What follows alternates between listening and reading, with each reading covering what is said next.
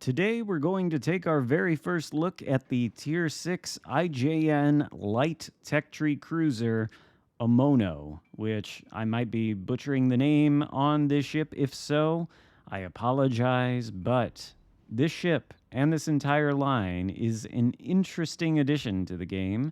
I thought when they were first announced in the patch notes for the March-April 2024 update that we might have some reason to be skeptical, because I believe this line of light IJN cruisers does not have the greatest reputation on WoW's PC. That's mostly due to the main guns, which take an exceptionally long time to reload for their size, and also have very floaty shells. Nevertheless, I think this ship, and probably the entire line, is fairly good. This match that you're seeing is the very first game I played in the Amono. I went and I fully upgraded the ship and took it out live on stream on my last Friday stream. This was the result. Spoiler alert, it is going to turn into a 6-pack Kraken on the very first game, which suggests that this ship is probably pretty good, and maybe the entire line is as well. I'm going to run down the stats on the ship with my commander build influencing the stats. This commander is the new IJN Cruiser commander that you can get by completing the current ongoing calendar event. So we'll run down the stats. I'll give you my first impressions on this ship. I've played it a little bit more since this game, and I think my thoughts on it are solid enough that I feel okay with broadcasting them. So let's get to it. The Amono has 32,200 HP, which is, I think, right in line for a Tier 6 cruiser. Certainly no torpedo damage reduction to speak of. And, well, it doesn't even have very much armor either. It's got 16mm armor plating pretty much everywhere on the ship, except for the Citadel belt and the deck armor, which is 25. But basically, anything you come up against in this cruiser, and probably the entire line, just assume that it is going to do a lot of damage to you, and you don't want to get hit by the shells, especially if they're coming from literally any battleship. So kiting and running away, well, that's probably going to be your best friend in this cruiser and in the entire line generally. As for the guns, which I kind of suspected might be a low light on the ship, and to be fair, they're not the best light cruiser guns you're ever going to encounter. These are 12 155mm guns. They are in 4 triple turrets.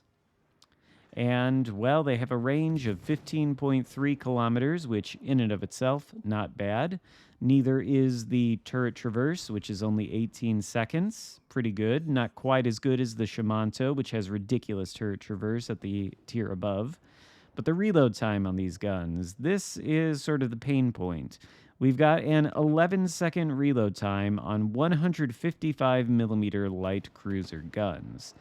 That's not very great. However, the HE characteristics are pretty good. Maximum damage of 2,650 with a 12% fire chance. That probably sounds more impressive than it actually is due to the slow reload.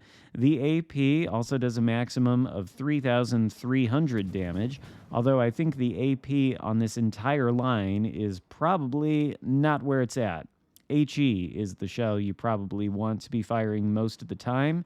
In my experience with the Amono and the Shimanto, which are the ships I've played most out of the new line, I can say that the armor piercing is really bad, actually. I don't think it's good at all. There are very few situations where you probably want to use it. Maybe if you've caught a light cruiser at close range, and when I say close range, I mean within like 5-6 kilometers.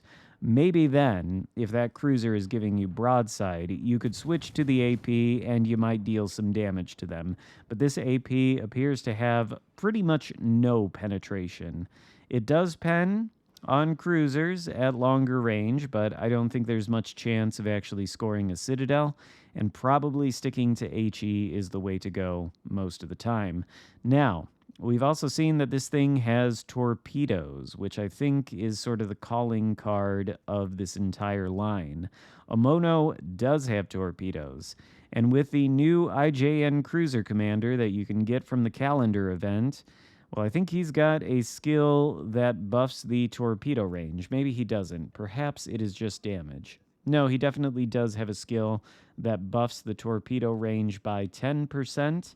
And then his legendary skill called Killing Distance also increases the torpedo range and increases the damage that the torpedoes do when they reach maximum range. So between the home run skill on the guy and the killing distance skill, we've got a 14% buff on the distance that these torpedoes can travel in the water.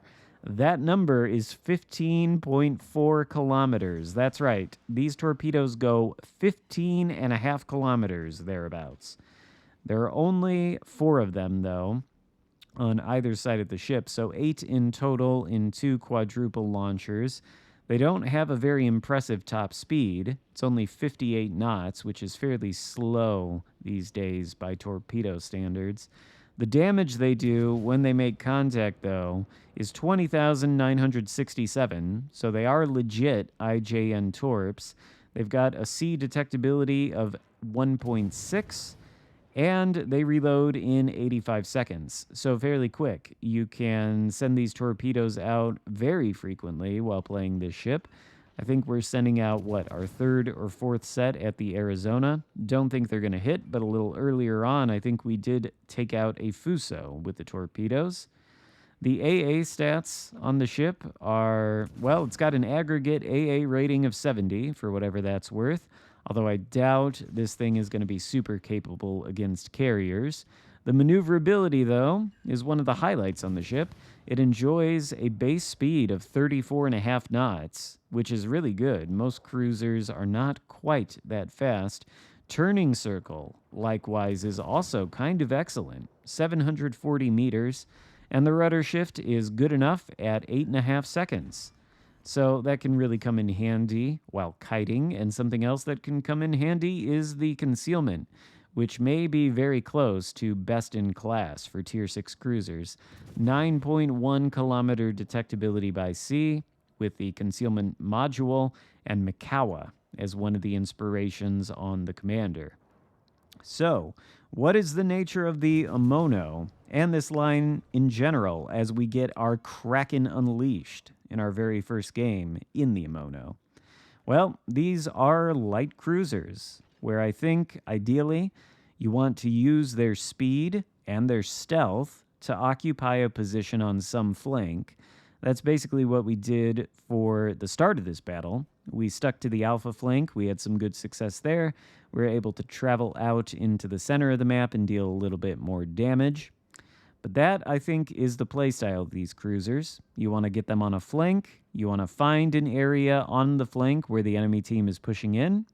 And as they push in, you turn your nose or your bow away from them. You turn it towards safety. You assume a kiting position.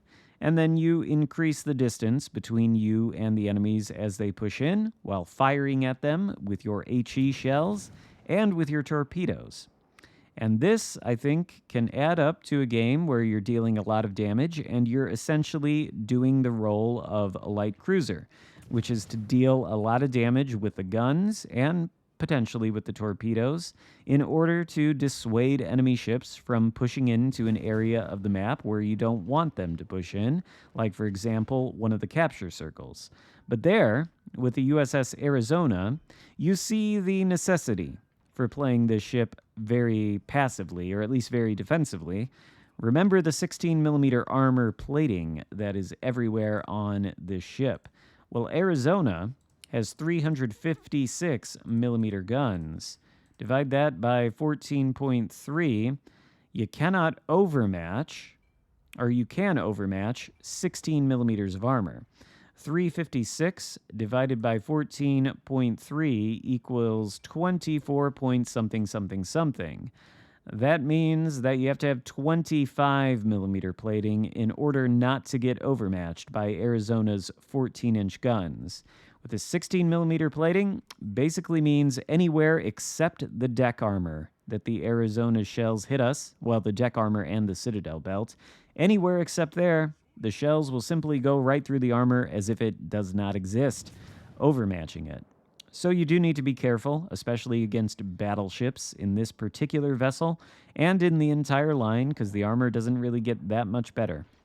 And thus, I think, ideally, this is sort of a high-speed flanking cruiser that kites away from the enemies on a flank, and if you play it that way, you can have some pretty good success with it. In fact, we've got a Kraken in our very first game, although to be fair, we were top tier in this match, and I wonder if we were in a lobby with a fair number of fairly new tier 5 players, because this thing just went quite easily. There's only one destroyer left, and I think we'll be able to take him out for our 6th kill of the game before this match ends. There he is, doing some damage to the Florida.